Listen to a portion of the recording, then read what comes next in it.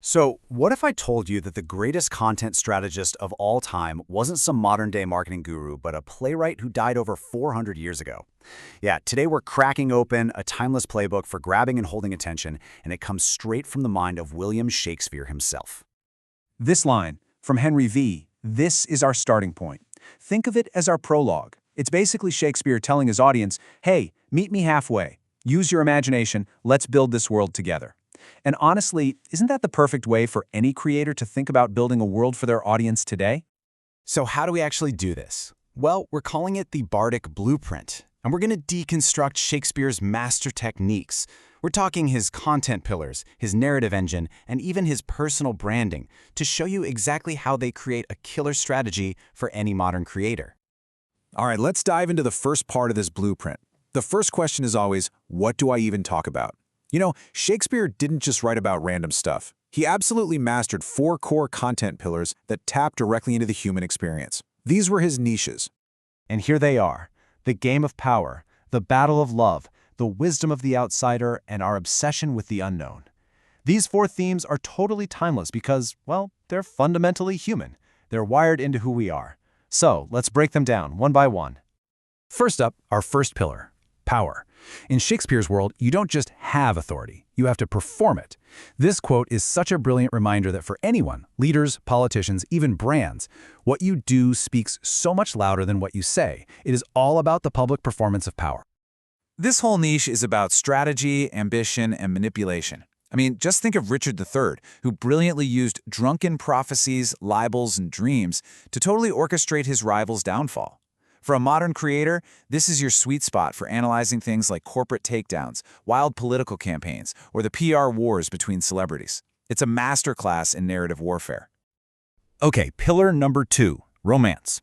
But listen, this isn't just about simple love stories. For Shakespeare, love is a battlefield. It's a psychological game. Or, as he puts it so perfectly, a skirmish of wit. And the range here is just incredible. On one end, you've got that playful, witty banter of Beatrice and Benedick in Much Ado About Nothing. And on the other, you have the all-consuming destructive jealousy of Othello. It's a space where you can create content on literally everything from modern dating app dynamics to deep psychological breakdowns of relationships. Now for our third pillar.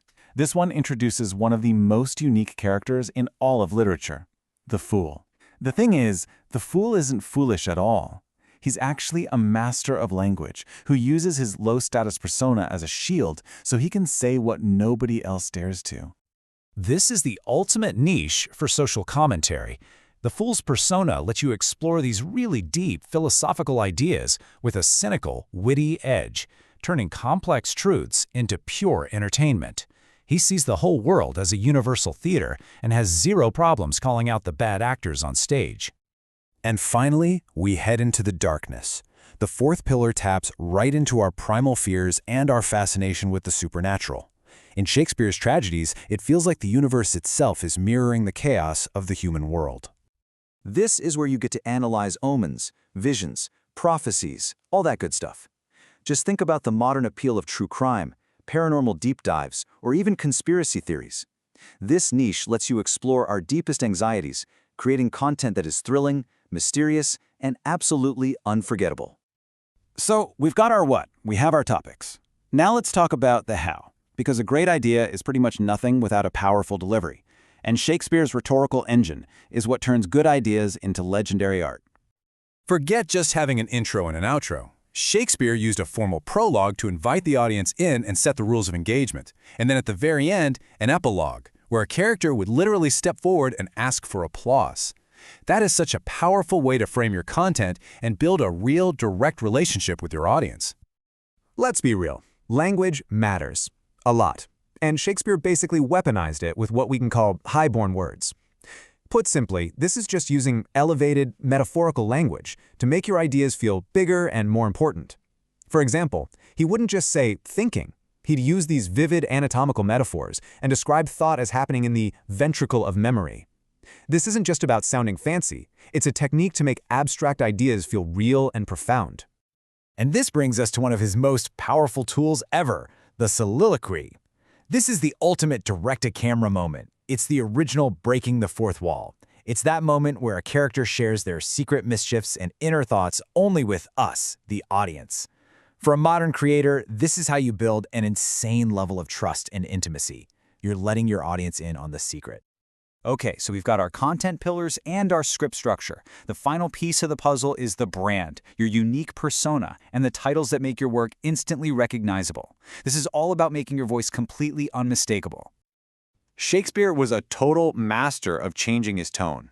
He could just effortlessly shift between the solemn, high-stakes gravity of his tragedies and the sharp, satirical wit of his comedies. Now, why does this matter? Because this kind of duality keeps an audience hooked. It creates emotional range and a powerful unpredictability that just makes your content magnetic. But sometimes the most effective persona is one of strategic simplicity. In Julius Caesar, Mark Antony uses this plain, blunt man persona to win over the crowd. By framing himself as just a simple, honest guy, he becomes way more persuasive than his polished rivals. It's a timeless lesson in the power of, let's call it, constructed authenticity. And what about titles? Oh man, Shakespeare basically invented clickbait, but with way more class. He used archetypal titles that felt grand and important. He used paradoxical titles that just create instant curiosity. And he used instructional titles that promised you'd learn something valuable. I mean, look at any popular YouTube channel today. You will see these exact same formats being used over and over. So let's wrap this all up. What does a 400-year-old blueprint really mean for a creator trying to get noticed in today's insanely crowded digital world? The key takeaway is this: human psychology hasn't changed one bit. Sure, the platforms are new, but what makes us curious, what makes us trust someone, what fascinates us, that's all the same. These techniques aren't some dusty, ancient relics. They are a proven playbook for captivating an audience because they're rooted in how we think and feel. The universal theater is now digital. But the rules of engagement? They're absolutely timeless. So the stage is set, the audience is waiting, and you've got the script in your hands. The only question left is the one Shakespeare's work poses to all of us. In this great, global theater of content and ideas, what part are you going to play?